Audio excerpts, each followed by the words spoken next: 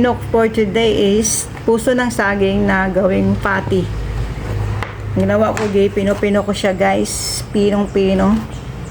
Tadta rin na natin to. Pinong-pino guys.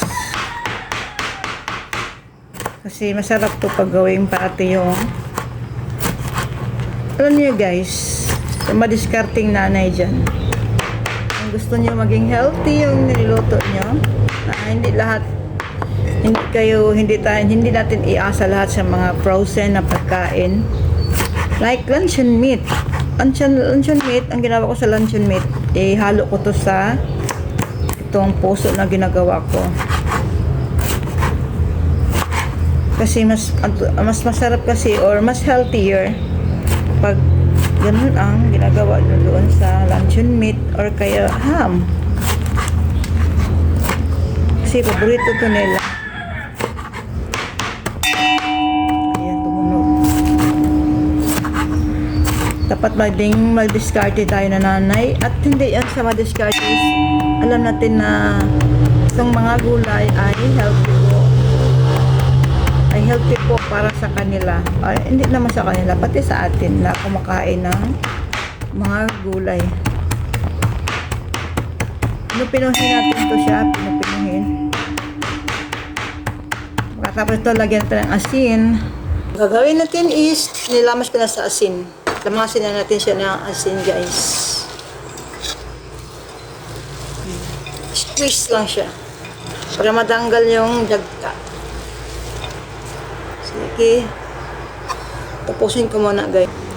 Dito na tayo sa pagtitimpla, guys. So, ito na, tapos na to sa nalamas ng asin. So, ilagay natin itong mga ingredients like pepper, loya pepper, onion, and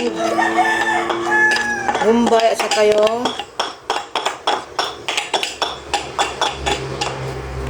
mga ingredients na yan. Tapos ilagay tayo ng ham. Yung ham. Luncheon meat. Bawas tayo. Tumihan natin. Mix. Then, oyster sauce. Dumihan natin para masarap. Then, pimienta. Mix well. Then, maglagay tayo ng egg. Check natin kung baka may sira. Okay, good. So, lagay. Check ulit kung may sira ba. Okay.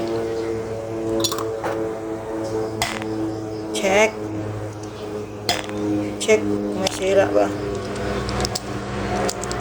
Okay, good. So, mekos na tayo, guys.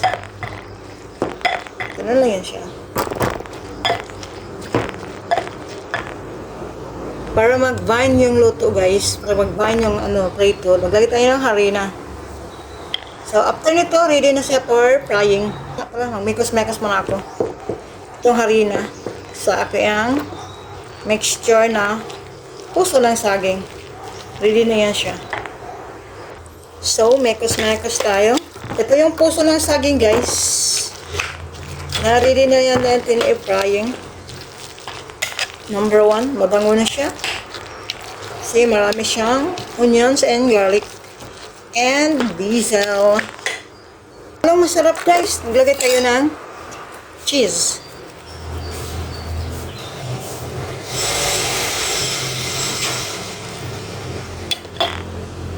Ayan guys, yung antika. So, ilagay natin yung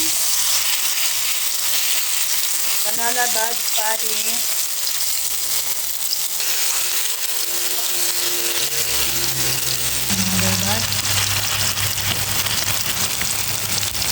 Another bud. So, 4 na patty. Hintayin natin siyang maluto o golden brown. So, ulit rin natin.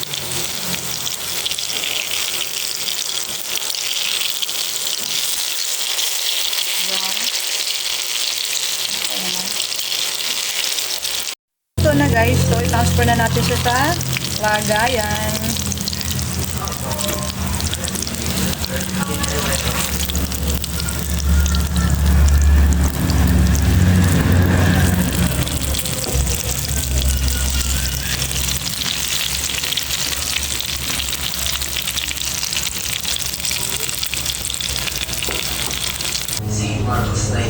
Banana buns, patty. Puso ng saging guys. Naman itong patty siya.